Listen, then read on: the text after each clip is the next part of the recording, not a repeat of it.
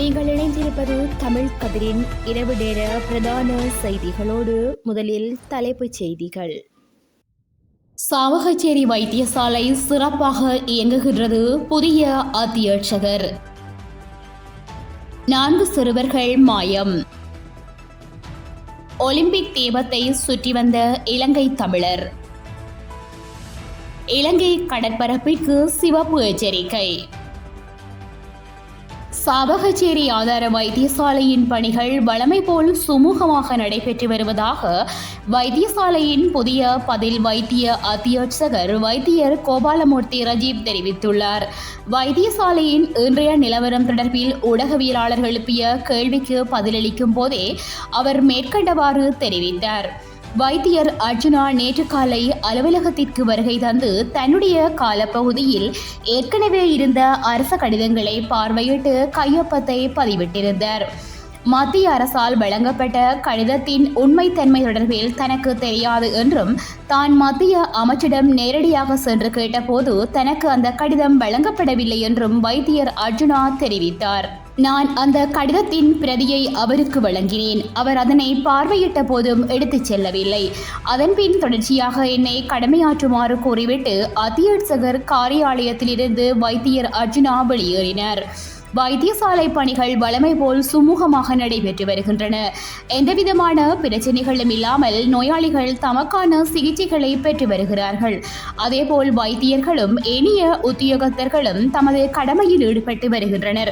நாங்கள் தொடர்ச்சியாக வைத்தியசாலையினுடைய அபிவிருத்தி பணிகள் தொடர்பாகவும் கலந்துரையாடி வருகிறோம் என்றார்.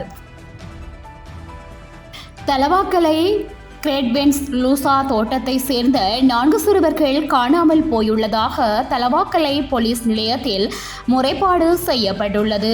14 வயதான சிறுவன் ஒருவரும் 16 வயதான 3 சிறுவிகளும் மேலதிக வகுப்புக்கு செல்வதாக தெரிவித்துவிட்டு வீட்டிலிருந்து வெளியேறிய நிலையில் இதுவரை வீடு திரும்பவில்லை என முறைப்பாடு செய்யப்பட்டுள்ளது.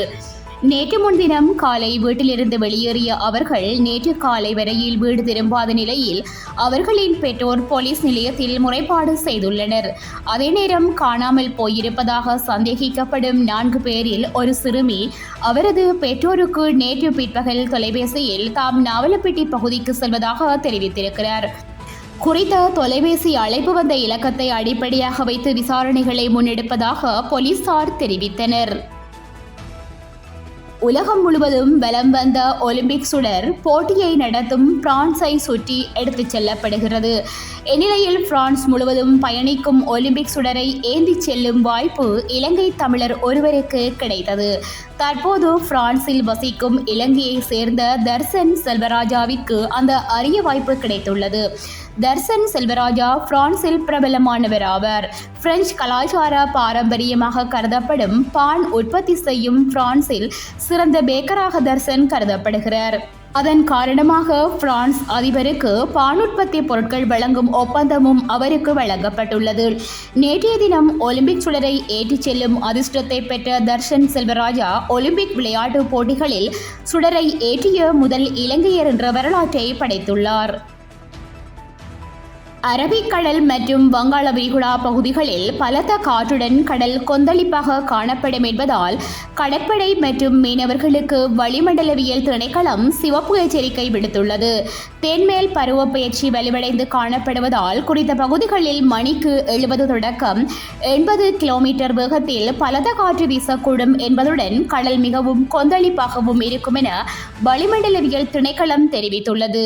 எனவே வரைபடத்தில் சிவப்பு நிறத்தில் குறிப்பிடப்பட்டுள்ள கடல் பகுதிகளுக்கு மறு அறிவிப்பு வரும் வரை கடற்படையினர் மற்றும் மீனவ சமூகத்தினர் செல்ல வேண்டாம் என அறிவுறுத்தப்பட்டுள்ளனர். மட்டக்களப்பு காத்தான்குடி போலீஸ் பிரிவிற்குட்பட்ட பூனொச்சி முனை கிராமத்தில் உள்ள வீடொன்றினுள் வெடிப்பு சம்பவம் ஒன்று நேற்று இடம்பெற்றுள்ளது. வீட்டின் அறையொன்றிலேயே குறித்த வெடிப்பு சம்பவம் நிகழ்ந்துள்ளது. குறித்த வெடி விபத்தில் பெரிய அளவில் சேதம் எதுவும் ஏற்படவில்லை எனினும் பலத்த சத்தம் கேட்டதாகவும் அயலவர்கள் தெரிவித்துள்ளனர்.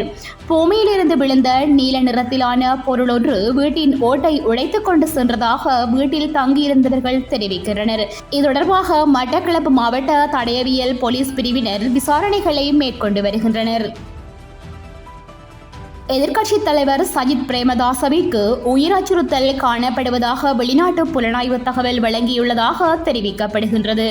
வெளிநாட்டு புலனாய்வு பிரிவுகளின் அறிக்கையின் அடிப்படையில் சஜித்திற்கு கூடுதல் பாதுகாப்பு வழங்குமாறு கோரிக்கை விடுக்கப்பட்டுள்ளது. எதிர்க்கட்சியின் பிரதம அமைப்பாளர் லக்ஷ்மன் கிரியல்ல மற்றும் எதிர்க்கட்சியின் தலைவர் செயலாளர் சட்டத்தரணி நிசத் விஜயகுணவர்தன ஆகியோர் குறித்த கோரிக்கையை சபாநாயகர் மஹிந்த ஜாபா அபேவர்தனவிடம் முன்வைத்துள்ளனர். குறித்த கோரிக்கைக்கு அமைவாக சபாநாயகர் பொலிஸ்மா அதிபரை நாடாளுமன்றத்திற்கு அழைத்து குறித்த தகவல்கள் தொடர்பில் விரிவாக கலந்துரையாடியுள்ளதாக நாடாளுமன்ற தகவல்கள் தெரிவிக்கின்றன. எனினும் எதிர்க்கட்சித் தலைவரின் உயிருக்கு அச்சுறுத்தல் காணப்படுவதாக தமக்கு எந்தவித தகவல்களும் கிடைக்கவில்லை என பொலிஸ்மா அதிபர் தெரிவித்துள்ளார் என சிங்கள ஊடகம் ஒன்று செய்தி வெளியிட்டுள்ளது. இந்த அச்சுறுத்தல் குறித்து பொது பாதுகாப்பு அமைச்சருக்கும் பொலிஸ்மா அதிபருக்கும் எதிர்க்கட்சி தலைவரின் செயலாளர் கடிதங்கள் அனுப்பி வைத்த போதிலும் பதில் எதுவும் கிடைக்கவில்லை. இந்தியாவின் குஜராத்தில் கைது செய்யப்பட்ட IS தீவிரவாத சந்தேக நபர்களின் மூலம் எதிர்க்கட்சித் தலைவர் சஜித்திற்கு காணப்படும் ஆபத்து குறித்து தெரிய வந்துள்ளதென லக்ஷ்மன் கிரியல்ல தெரிவித்துள்ளார். இதேவேளை இந்த அச்சுறுத்தல் குறித்து ஆராய்ந்து எதிர்க்கட்சித் தலைவருக்கு உரிய பாதுகாப்பு வழங்குமாறு சபாநாயகர் பொலிஸ்மா அதிபரை அறிவுறுத்தியுள்ளதாகவும் குறிப்பிடப்பட்டுள்ளது. சாவகச்சேரி ஆதார வைத்தியசாலை தொடர்பாக நாடாளுமன்ற உறுப்பினர் அங்கயன் ராமநாதன் சுகாதார அமைச்சின் செயலாளர் டாக்டர் PG மகிபால அவர்களுக்கு கடிதம் மூலம் கோரிக்கை ஒன்றை முன்வைத்துள்ளார். குறித்த கடிதத்தில் சாவகச்சேரி ஆதார வைத்தியசாலையில் இடம்பெற்றதாக கூறப்படும் ஊழல்கள் முறைகேடுகள் தொடர்பாக நடத்தப்பட்ட பூர்வாங்க விசாரணைகளின் அறிக்கைகள், எடுக்கப்பட்ட நடவடிக்கைகள் உள்ளிட்டவற்றின் ஆவண திரட்டுக்களை நாளை நடைபெறவுள்ள provincial dial of the health northern province சந்திப்புக்கு முன்னதாக பெற்றுக்கொள்ள ஆவண செய்ய வேண்டும் என குறித்த கடிதத்தில் கோரிக்கை விடுத்துள்ளார். நாட்டின் 19வது அரசியலமைப்பு திருத்த சட்டத்தில் ஜனாதிபதியின் பதவிக்காலம் தொடர்பாக எழுந்துள்ள சர்ச்சைக்கு முற்றுப்புள்ளி வைக்கும் நோக்கில் ஜனாதிபதி மற்றும் நீதி அமைச்சரினால் முன்வைக்கப்பட்ட யோசனைக்கு அமைச்சரவை அங்கீகாரம் வழங்கியுள்ளதாக அமைச்சரவை பேச்சாளர் பந்துல குணவர்த்தன தெரிவித்துள்ளார். அரசாங்க தகவல் திணைக்களத்தில் இன்று நடைபெற்ற அமைச்சரவை தீர்மானங்களை அறிவிக்கும் ஊடக சந்திப்பிலேயே பந்துல குணவர்த்தன மேற்கண்டவாறு தெரிவித்துள்ளார்.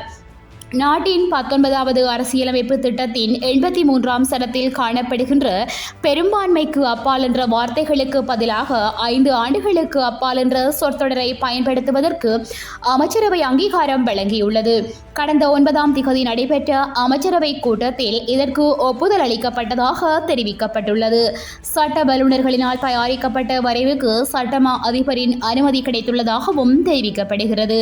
இந்த வரைவு வர்த்தமானியில் வெளியிடப்பட்டு பின்னர் நாடாளுமன்றத்தில் சமர்ப்பிக்கப்படும் என்றும் அமைச்சர் பந்துல தெரிவித்தார். இத்துடன் செய்திகள் நிறைவடைகின்றன. மேலதிக செய்திகளை எமது இணையதளமான www.tamilkadir.com என்ற இணையதளத்தில் பார்வையிடலாம். அத்துடன் உடனுக்குடன் செய்திகளை காணொளி வடிவில் தெரிந்து கொள்ள எமது யூடியூப் சேனலை சப்ஸ்கிரைப் செய்து இணைந்திருங்கள்.